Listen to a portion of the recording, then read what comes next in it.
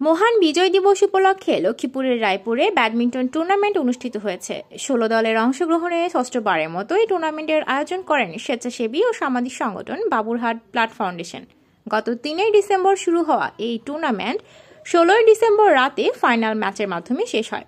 পরে চ্যাম্পিয়ন ও runner up দলকে trophy ও prize money প্রদান করা হয়। এছাড়া প্রত্যেক খেলোয়াড়কে পুরস্কৃত করা হয়েছে। অনুষ্ঠানে বাবুরহাট ব্লাড ফাউন্ডেশনের প্রতিষ্ঠাতা জালাল উদ্দিন রানার সভাপতিত্বে প্রধান অতিথি হিসেবে উপস্থিত ছিলেন রায়পুর থানার বিশেষ শাখার উপপরিদর্শক মোহাম্মদ জাহাঙ্গীর আলম।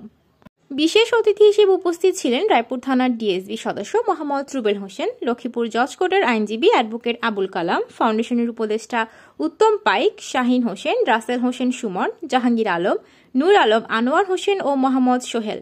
এছাড়া সংগঠন সভাপতি, সম্পাদক সহ অন্যান্য সদস্যবৃন্দ উপস্থিত ছিলেন। টুর্নামেন্টের স্পন্সর ছিলেন রায়পুর মামনি স্পেশালাইজড হাসপাতাল প্রাইভেট ও রায়পুর সেন্ট্রাল ডায়াগনস্টিক সেন্টার।